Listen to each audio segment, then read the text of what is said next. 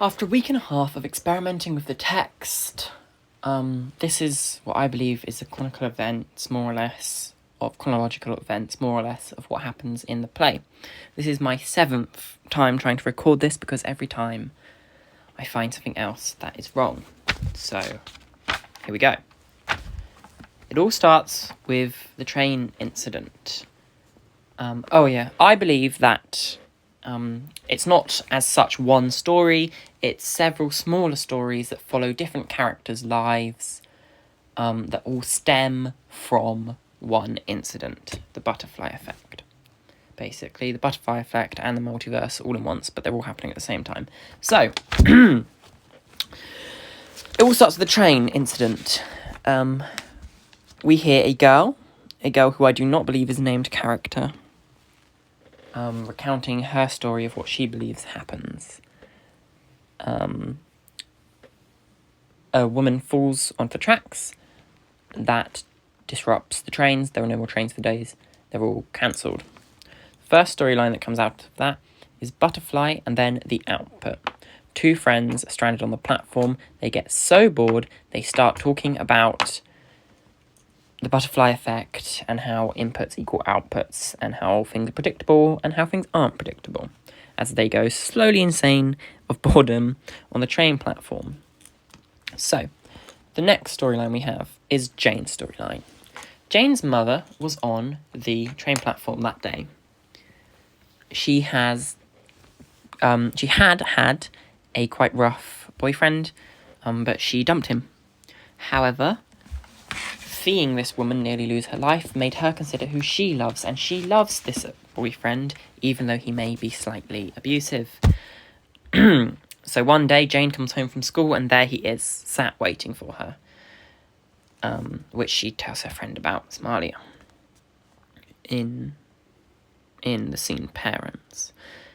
Then, something we don't see happen, but we know does happen, this new boyfriend who's now living with them again says something and does something, genuinely a horrible guy, which on the phone she explained to her mother is the reason why she's not coming out of her room. Also on her phone, she rings her friend Imogen. Imogen's important later on. However, I'll just say now, she's on her phone to Imogen and she says, Imogen, you need to get over this boy, he's not worth it. So, she's in her room. Now here's a slight issue. Depression could happen here, with Jane being locked in her room and perhaps Imogen coming round trying to get her out.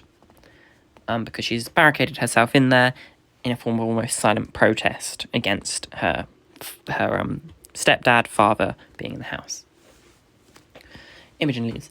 The next scene in her storyline, that happened in phone and then depression. The next story is safety. One night, Dad starts shouting and shouting and shouting. The mum starts crying and crying and crying. Jane can't take it anymore. She climbs out of her bedroom.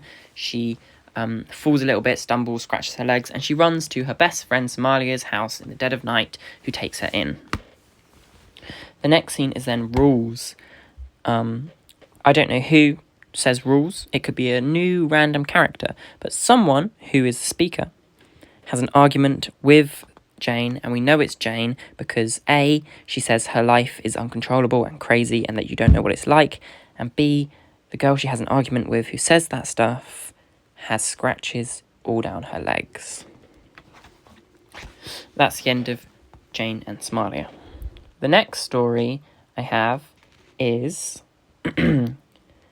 Dan and Emily's, who interconnects with Imogen a bit more. Imogen sort of connects with everyone. So, the trains are cancelled. Everyone gets on a bus. So the bus is very, very busy. The people that normally get a bus and the people that are getting off the train.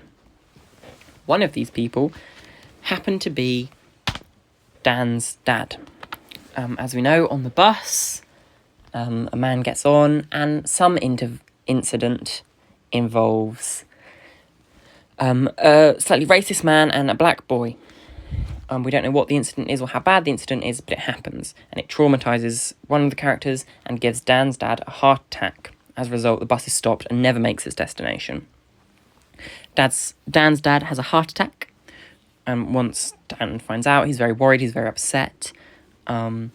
Then, as we see in the scene Rage, he takes out his anger and upsetness on a wall and hurts his hands.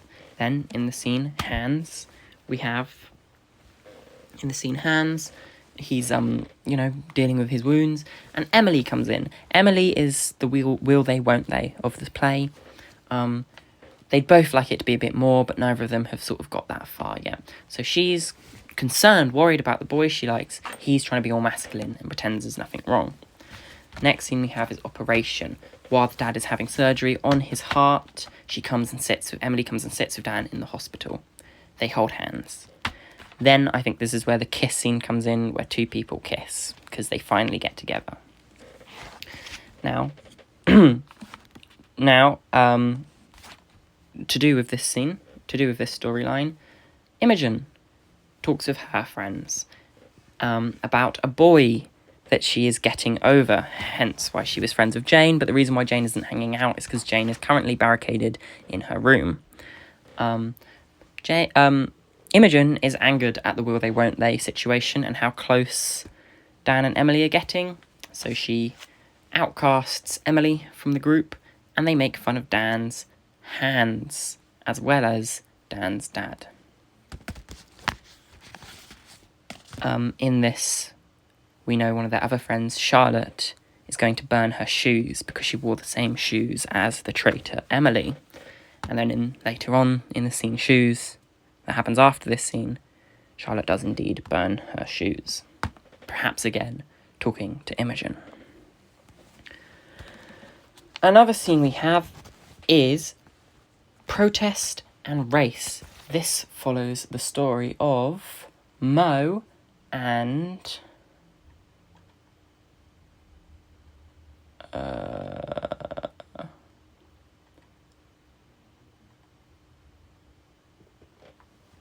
Chiara. Chiara was on the bus. She tells us what happens about the bus. We know all of that from her. She then chains herself to a railing in protest. She wants to fix the world, solve all of the world's problems in the scene Protest.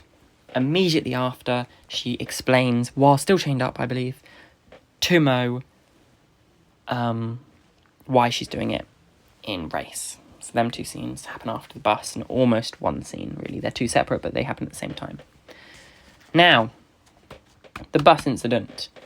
The bus never gets it anywhere, which means the poor boy, the black boy that the incident happened to, the girl he was going to meet, and her sister are left waiting at a bus stop endlessly, waiting for a boy that will never come. And a football team misses out on their star player because after witnessing this incident, he couldn't come home. He couldn't go. He was too upset.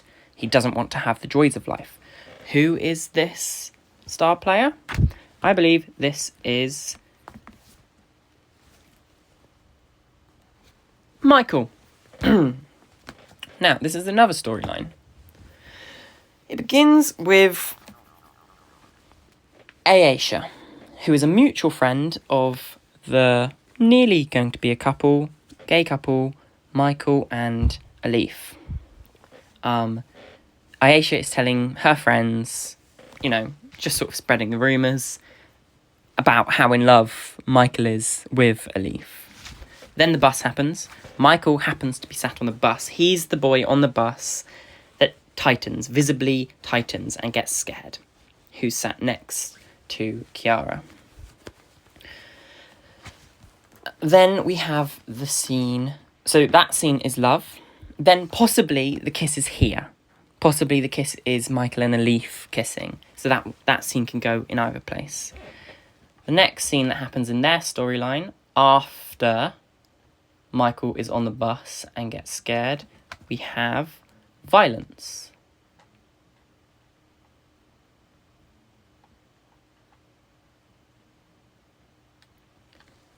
In which we see Aisha again telling the same group of friends that now Michael's changed. He no longer says that he loves Alif.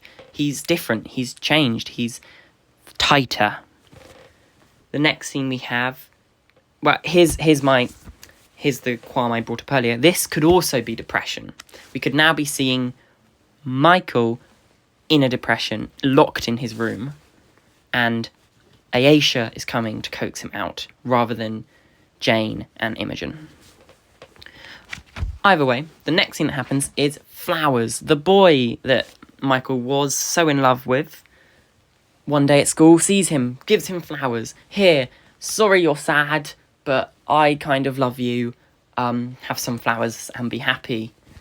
Unfortunately, the flowers sort of trigger him because the boy that got attacked on the bus had flowers. So Michael runs away. The next thing we have is Flowers 2. Elif basically explained to Aisha in tears, I thought he'd like the flowers. I thought we were going somewhere, etc., etc. The next thing we have is Apology. Elif awkwardly apologises to Michael, who is unfortunately still depressed. They are all the scenes I have connected. This leaves the scene spinning, 2 people spin. The scene scream, someone screams, however that could be simple as the woman falling onto the platform, that could really go anywhere. And universe, which is people talking about how they're stardust. And hope, which is a boy and a girl in a field.